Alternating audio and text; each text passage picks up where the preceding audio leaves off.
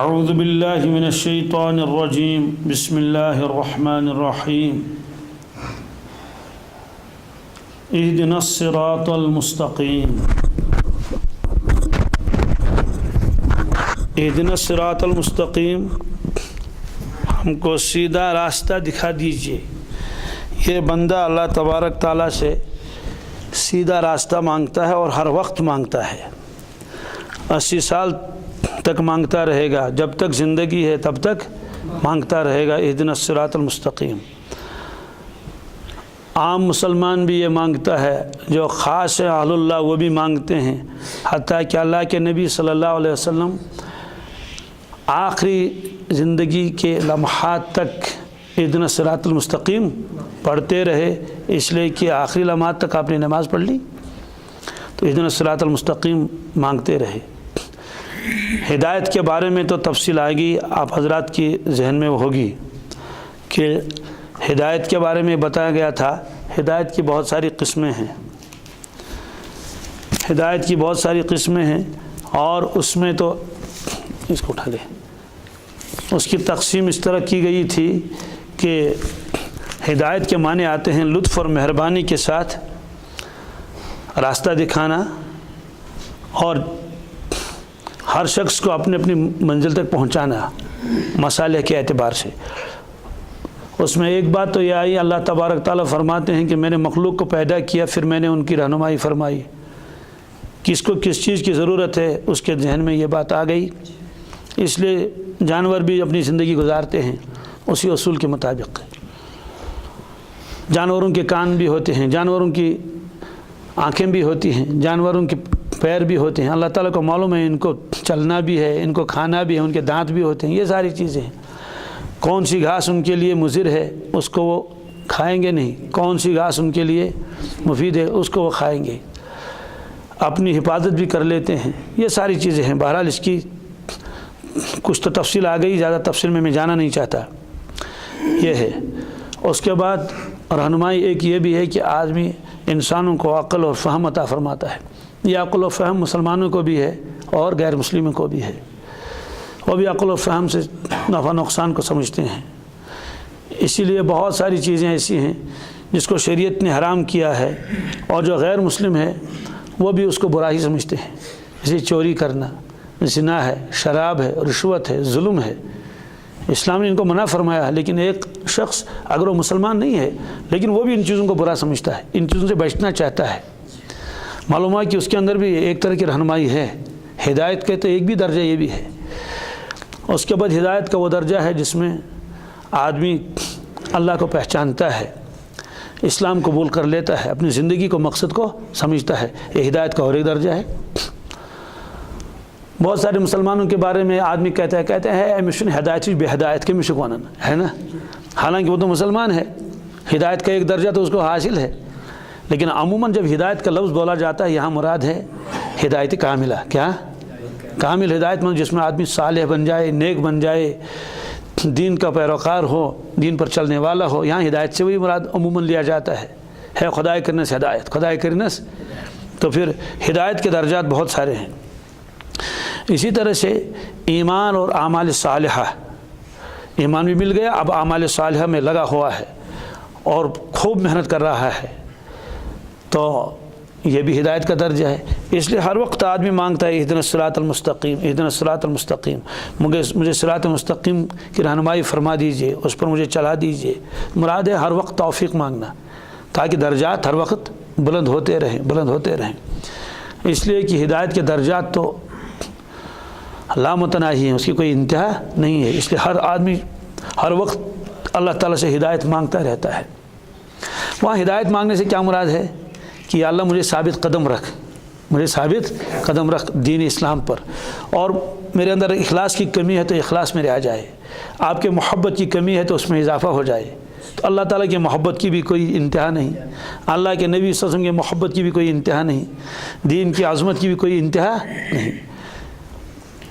اس لیے لکھا ہے کہ قرآن پاک کا احترام کرو، کہ جتنا تم سے ہو سکے، اتنا ہم سے، کہ کوئی حد نہیں۔ تو بہرحال اس لیے ہر وقت اہدنا الصراط المستقیم، اہدنا الصراط المستقیم مانگتا رہتا آدمی، آنے کے اہل اللہ بھی مانگتے ہیں۔ اہدنا الصراط المستقیم پھر اللہ تبارک تعالیٰ ایسا درجہ بندوں کو عطا فرماتے ہیں گویا کہ تمام صفات کی معرفت اس کو حاصل ہو گئی. اللہ غفار کیسے ہے، اللہ رزاق کیسے، اس کا یقین آ جاتا ہے. اور بعض حضرات نے یہ بھی فرمایا کہ ہر اللہ کے نام مبارک میں نور ہے. کیا ہے؟ اور باطنی طور پر اللہ تبارک تعالیٰ اہل اللہ کو وہ نور پلاتا ہے، ان کے روحوں کو، اس لیے ان کو ایک معرفت حاصل ہو جاتی ہے. لکھا کہ جس کو یا قریب کا نور پلایا جائے تو اس پر گریہ طاری ہوتا ہے. کیا؟ بہت گریہ. تو علامہ نے پوچھا تھا شیخ سے کہ کیا اس کی وجہ یہ ہے کہ پہلے دور تھا بندہ، اب اللہ کے قریب آ گیا؟ جیسے کوئی بیٹا 5-6 سال سے دور کسی ملک میں رہ رہا ہو اور پھر اپنے گھر آئے اور والدہ کے ساتھ ملاقات، والدہ اس کو گلے لگائے اور دونوں رونے لگے. انہوں نے کہا کہ ہاں یہ بھی ایک بات ہے کہ پہلے دور تھا اب قریب آ گیا، لیکن اس کے علاوہ اور بھی ایک بات. کہا کیا؟ گزشتہ پر ندامت. کیا؟ یعنی جب اللہ کا قرب حاصل ہوتا ہے تو اس کو ندامت ہوتی ہے جو کچھ اس سے پہلے ہوتا ہے. اس لیے لکھا ہے کہ عارفین اپنے نیک اعمال پر بھی نادم ہوتے ہیں. نیک اعمال پر نادم کیسے ہو جاتے ہیں؟ کہ جب اللہ کی معرفت میں اضافہ ہوتا ہے تو وہ سمجھتے ہیں کہ جو نماز میں نے آج تک پڑھی تھی وہ اس دربار کے لائق تو تھی نہیں، جو طواف میں نے کیا تھا وہ اس پاک پروردگار کے دربار کے لائق نہیں تھا، یعنی وہ میں نے غفلتوں کے ساتھ کیا تھا، جیسے کرنا چاہیے تھا ویسا نہیں کیا. اس طرح سے ہر وقت چونکہ معرفت کی کوئی انتہا نہیں ہے، اس وجہ سے عارف بھی ہر وقت اپنے گزشتہ نیکیوں کو بھی ایک طرح کی بےادبی تصور کر لیتا ہے، حالانکہ اپنے اعتبار سے تو وہ نیک اعمال ہوتے ہیں. اس وقت کے اعتبار سے معرفت بڑھ جاتی ہے تو گزشتہ پر ندامت ہوتی ہے. اس کی میں ایک مثال عرض کر دیتا ہوں تب جا کے بات واضح ہو جائے گی.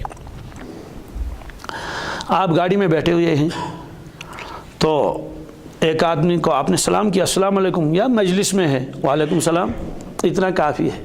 تو مسلمان بویا ہو کچھ ٹائم علیک سے لیک کروں. اب تیسرا آدمی وہاں آیا، اس نے دیکھا کہ یہ دو آپس میں وہ اس طرح سے ملے نہیں، بس علیک سے لیک السلام علیکم وعلیکم السلام اتنا کافی. اس نے ایک سے پوچھا آپ ان کو نہیں جانتے ہیں؟ اس نے کہا نہیں میں تو ان کو نہیں جانتا. کہ یہ تو فلانی ہے یہ تو. اب وہ دوبارہ سلام کرتے کہتے ہیں مجھے معافی، مجھے معاف کر دینا، میں آپ کو پہچانا نہیں. تو معاف کس چیز کا ہے؟ ارے اس نے کوئی خطا تو نہیں کی، کوئی غلط لفظ تو نہیں بولا، سلامی تو کیا تھا نا. بات سمجھ آ گئی؟ تو میں ایک جگہ ایک رشتہ دار کے یہاں تھا، قریبی رشتہ دار ہے، وہاں ایک خاتون ہے، وہ میری محرم خاتون ہے، انہیں نامحرم نہیں ہے. میں چونکہ بہت سالوں کے بعد وہاں گیا، یہاں نہیں تھا، تو وہاں میرے ایک قریب رشتہ دار تھا بہت قریبی. وہ جب آیا ان کے پاس تو وہ تو پہلے سے بیٹھا ہوا تھا، میں داخل ہوا تو اب میں نے انہوں نے بہت پوچھا وہ کے بارے میں، اس کے بارے میں تو پوچھنا ہی ہے، یہ ساری چیزیں. وہ آدمی دیکھتا رہا تو اس نے کہا یہ کون ہے؟ پہلے تو میں نے اس کے ساتھ صرف مسابقہ کیا، ایک مرد وہاں بیٹھا ہوا تھا، وہ بھی اس کا اپنا محرم تھا.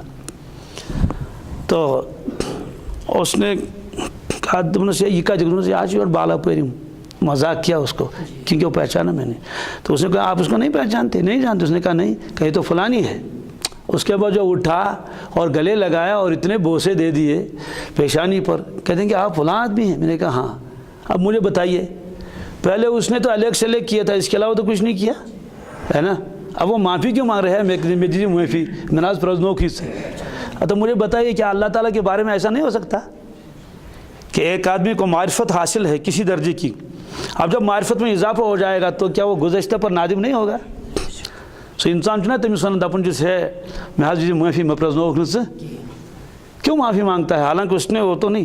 مطلب یہ ہے کہ اب مجھے پہچان ہوئی، آپ مجھے اتنے قریب ہیں، آپ میرے قریبی رشتہ دار ہیں، یا میرے فلاں دوست کے بیٹے ہیں، یا فلاں احسانات آپ نے مجھ پر کیے ہیں میں آپ کو پہچانتا نہیں ہوں، یا اس طرح سے آپ کے ابو کے میرے اوپر اتنے احسانات ہیں. یہ جو مزید تعارف ہوا تو ظاہر سی بات ہے وہ تو کہے گا تو میں تو اس کا حق ادا ہی نہیں کر سکا. تو اللہ تبارک تعالیٰ کی جب معرفت حاصل ہوتی ہے کامل درجے کی تو جو کچھ اس سے پہلے بندہ کر لیتا ہے تو وہ تو سمجھتا ہے کہ میں نے تو کچھ بھی نہیں کیا، اس لیے گزشتہ پر ندامت. تو اللہ تبارک تعالیٰ اپنے صالح بندوں کو جب معرفت دے دیتا ہے اور اس کی کوئی انتہا نہیں، اس لیے وہ سمجھتے ہیں کہ ہم نے اللہ کا حق ادا نہیں کیا، اس لیے وہ بزبان قال کہتے ہیں، حال ہی نہیں کہ سبحانک ما عرفناک حق معرفتک. اے اللہ جیسے مجھے پہچاننا تھا ویسے میں نے آپ کو پہچانا بھی نہیں آپ تک۔ سبحانک ما عبدناک حق عبادتک، اے رب جیسی عبادت مجھے کرنی چاہیے ایسی تو میں کر نہیں سکا۔ سبحانک ما شکرناک حق شکرک، اے رب جیسے مجھے آپ کو شکر کرنا چاہیے ایسے تو میں نے کیا ہی نہیں، حالانکہ یہ وہ بندہ کہتا ہے جس نے شکر بھی کیا۔ سبحانک ما ذکرناک حق ذکرک، اے رب جیسے مجھے آپ کا ذکر کرنے کا حق تھا ویسا میں نہیں کر چکا ہوں۔ تو اس طرح سے ہدایت مانگتا رہتا ہے آدمی، گویا کہ ہدایت مانگتا ہے، معرفت مانگتا ہے، اللہ تعالیٰ کے صفات میں اور زیادہ وہ مانگتا ہے کہ مجھے اور انوارات ملیں۔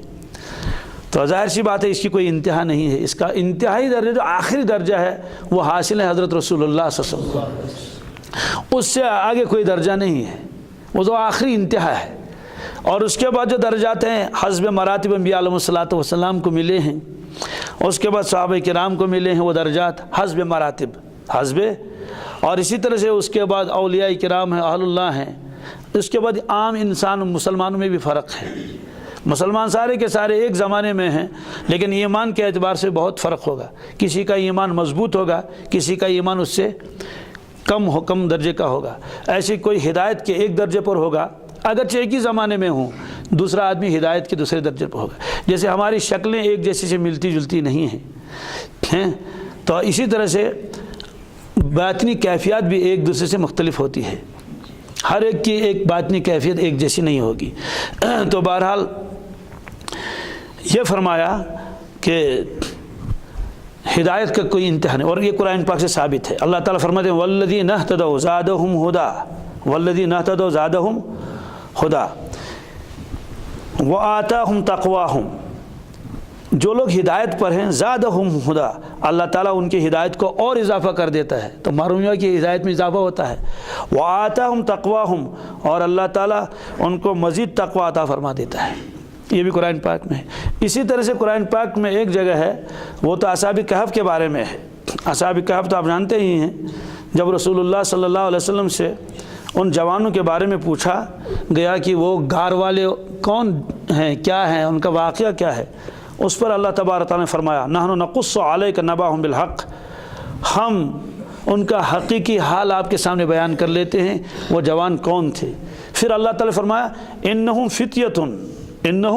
فتیۃ آمنوا بربہم، وہ تو ایک جماعت تھی، وہ ایک چند نوجوان تھے، آمنوا بربہم، وہ یقین لائے تھے اپنے رب پر۔ پھر کیا ہوا جب یقین لائے اپنے رب پر، اللہ تعالیٰ خود تحریموں پر مجمع نہیں، وزدناہم ہدی، کیا، اور ہم نے ان کی ہدایت کو بہت زیادہ کیا تھا۔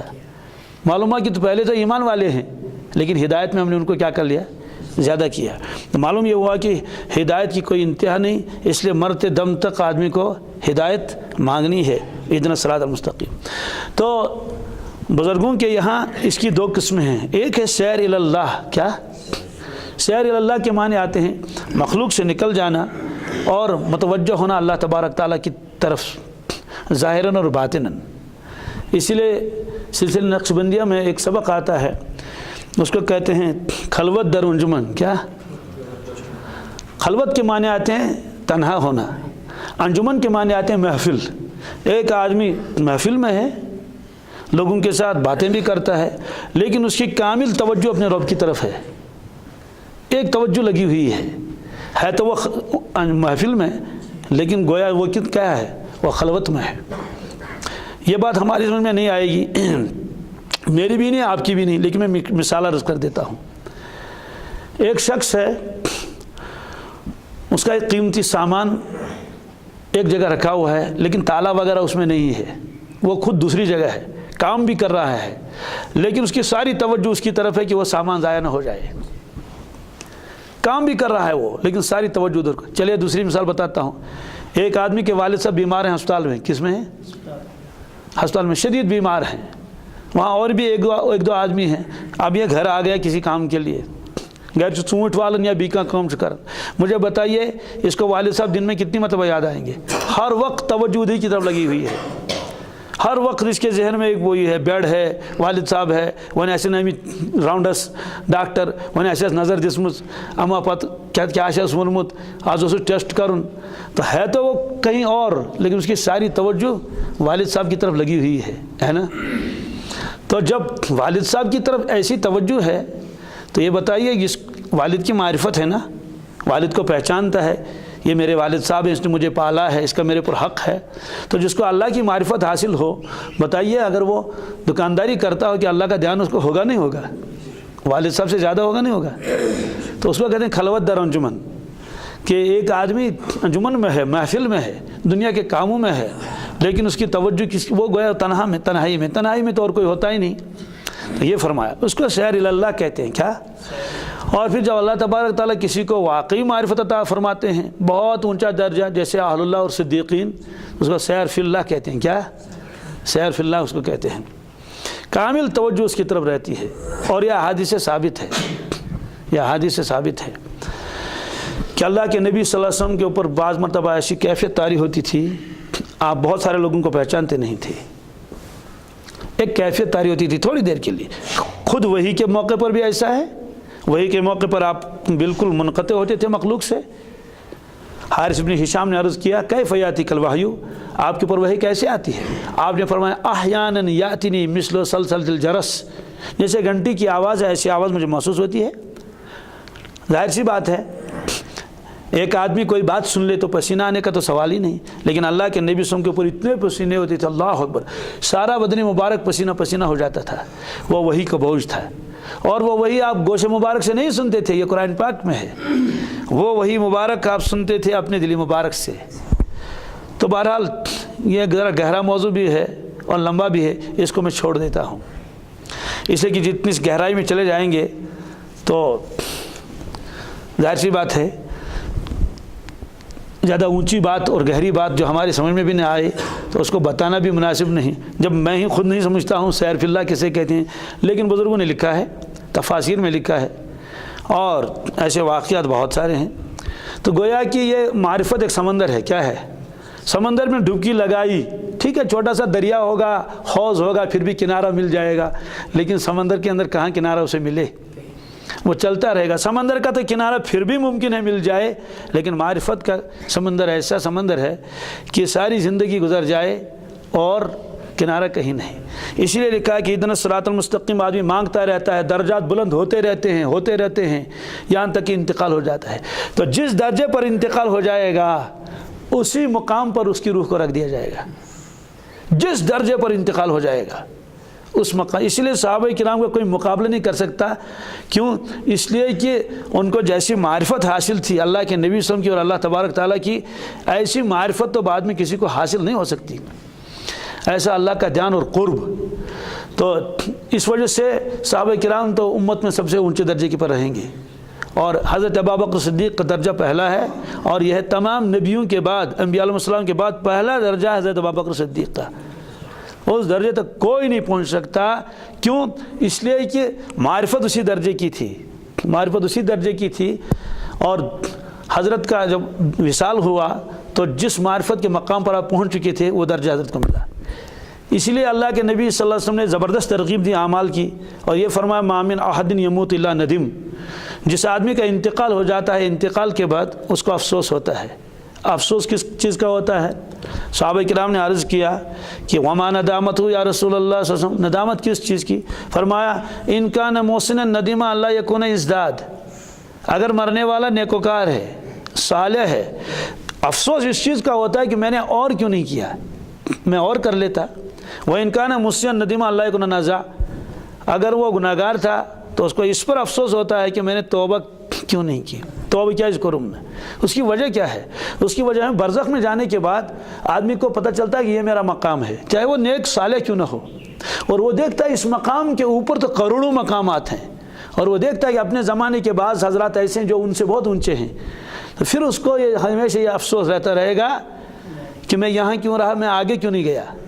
اب آگے جانے کا کوئی موقع نہیں ہے، اس لیے کہ وہی درجہ دیا جائے گا برزخ میں جو درجہ اس کو اپنے اعمال کی وجہ سے مل چکا ہے۔ اب رہا ایصال ثواب وغیرہ، اس سے تو انوارات وغیرہ تو مل جاتے ہیں، لیکن ظاہر سی بات ہے اپنے اعمال سے جو اس کو ملے گا وہ دوسروں کے ساتھ ملنے والا جو خود اس نے کیا ہے، اپنا تو بہرحال اپنا ہی ہوتا ہے۔ اس لیے اس موقع پر پریشانی یہ ہوگی کہ اپنے گاؤں کے، اپنے بستی کے، اپنے زمانے کے، اپنے علاقے کے لوگوں کو جب دیکھتا ہے کہ یہ بھی تو میرا ہی ساتھی تھا، اتنا اونچا، تو اس وقت افسوس ہوگا۔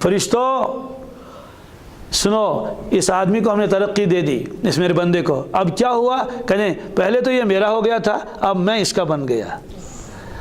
یہ حدیث میں ہے من کان للہ کان اللہ اللہ، جو اللہ کا ہو گیا اللہ اس کا ہو گیا۔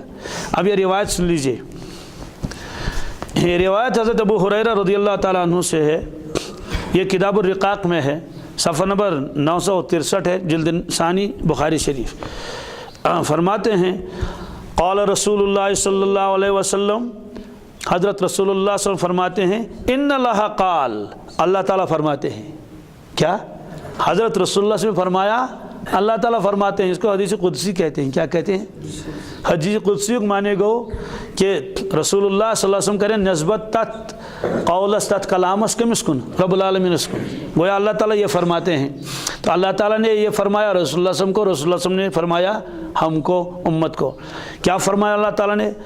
ان اللہ قال، اللہ تعالیٰ فرماتے ہیں من عادی لی ولیا فقد آذنتہ بالحرب، یہ اللہ تعالیٰ نے فرمایا من عادی لی ولیا، جو شخص میرے کسی بھی دوست کے ساتھ دشمنی رکھے گا، من جو شخص عادی دشمنی رکھے گا، لی ولین، یہ لی ولین بھی عجیب ورنہ ہوتا ولین لی، لیکن لی کو پہلے لائے، میرے دوست سے جو آدمی دشمنی کرے گا، دشمنی رکھے گا، فقد آذنتہ بالحرب، میں اس کے ساتھ اعلان جنگ کرتا ہوں۔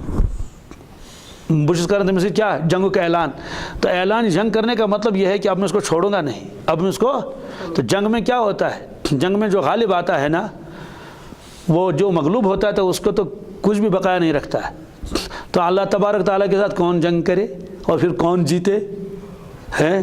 اس کا مطلب تو یہ ہے جو اہل اللہ کے ساتھ بغض رکھے گا، حسد رکھے گا، دشمنی رکھے گا، تو گویا کہ وہ اللہ تبارک تعالیٰ کے اس اعلان جنگ کو گویا اس کو کیا کر لیتا ہے، اس کو دعوت دیتا ہے۔ تو ظاہر سی بات ہے اس کی تو برباد، دنیا بھی برباد، عقبہ بھی برباد۔ اس سے اہل اللہ اور بزرگوں کے بارے میں اپنی زبان کو بہت محتاط رکھنا چاہیے اور ان سے محبت رکھنی چاہیے۔ جب وہ اللہ تعالیٰ کے دوست ہیں تو ہمارے محترم کیوں نہیں ہو سکتے؟ ہمارے لیے تو وہ مقدس و محترم ہیں۔ اس لیے یہ فرمایا، ایک آگے فرمایا وما تقرب الی عبدی بشیء، احب بھی پڑھ سکتے ہیں، احب بھی پڑھ سکتے ہیں، معنی دونوں کے صحیح ہیں کیونکہ زبر بھی ہے پیش بھی ہے۔ احب الی مما افترضت علیہ، کیا فرمایا کہ بندہ جس کو قرب حاصل ہوتا ہے میرا، کہتے ہیں سب سے پہلی چیز وہ ہے، سب سے زیادہ وہ ہے جس سے اس کو میں محبوب بناتا ہوں، وہ چیز جو میں نے اس کے اوپر فرض کر لی، جو میں نے اس کے اوپر کیا ہے، فرض نماز، فرض روزہ، فرض زکوٰۃ، فرض حج، جو چیزیں میں نے اس کے اوپر فرض کر لی ہیں، فرماتے ہیں کہ اس سے بندے کو بہت میرا قرب ملتا ہے۔ اسی لیے ایک ایک سنت پر آدمی عمل کر لے گا، اتنا قرب ملتا ہے، اللہ اکبر۔ حضرت گنگوئی علیہ الرحمہ نے خود فرمایا کہ پہلے سے اگر مجھے معلوم ہوتا کہ سنتوں پر عمل کرنے سے اتنی ترقی ہوتی ہے، اتنا قرب ملتا ہے، مجھے اتنی مجاہدہ کرنے کی ضرورت پیش نہ آتی۔ بہت مجاہدے کرتے تھے، لیکن بعد میں یہ راز کھل گیا کہ اللہ کے نبی صلی اللہ علیہ وسلم کے طریقے پر چلنے سے اتنی ترقی ہوتی ہے، اتنی ترقی ہوتی ہے، کہنے کی بات نہیں۔ بہت سارے لوگ جو ہیں وہ بہت عبادت کرتے ہیں، ریاضت کرتے ہیں، لیکن سنت ان کے زندگی میں نہیں ہوتے ہیں۔ مثلا مسجد قریب ہے، جماعت پڑھیں گے ہی نہیں، وظیفہ بہت پڑھ لیں گے، وظیفہ پڑھنے کا انکار نہیں ہے، اس کے تو اپنے انوارات برکات ہیں، لیکن ادھر سے جماعت کی نماز نہیں پڑھ لیتے ہیں، اس کا اہتمام نہیں ہے، اس وجہ سے ان کو زیادہ ترقی نہیں ہوتی ہے۔ تو اس لیے فرمایا اما تقرب الی عبدی بشیء، کسی بھی چیز سے زیادہ تقرب بندے کو حاصل نہیں ہوتا ہے، احب الی، وہ چیز جو مجھے زیادہ محبوب ہے یہ ہے، تو مما افترضت علیہ، وہ وہی چیز ہے جو میں نے اس پر فرض کر لی۔ ولا یزال عبدی یتقرب الی، اور بندہ میرا قرب حاصل کرتا رہتا ہے، قرب حاصل کرتا رہتا ہے بالنوافل، کس کے ذریعے سے؟ حتی احببتہ، یہاں تک کہ میں اس کو اپنا محبوب بناتا ہوں، میں اس کو فکنت سمعہ الذی یسمع بہ، تو پھر میں اس کا کان بنتا ہوں جس سے وہ سنتا ہے، وبصرہ الذی یبصر بہ، پھر میں اس کی آنکھ بنتا ہوں جسے وہ دیکھتا ہے، ویدہ التی یبطش بہا، پھر میں اس کا ہاتھ بنتا ہوں جسے وہ پکڑتا ہے، ورجلہ التی یمشی بہا، پھر میں اس کا پیر بنتا ہوں جس سے وہ چلتا ہے، وان سألنی، اگر وہ مجھ سے درخواست کرے، مجھ سے مانگے، لأعطینہ، میں ضرور اس کی درخواست کو قبول کر لوں گا، میں ضرور اس کو دے دوں گا۔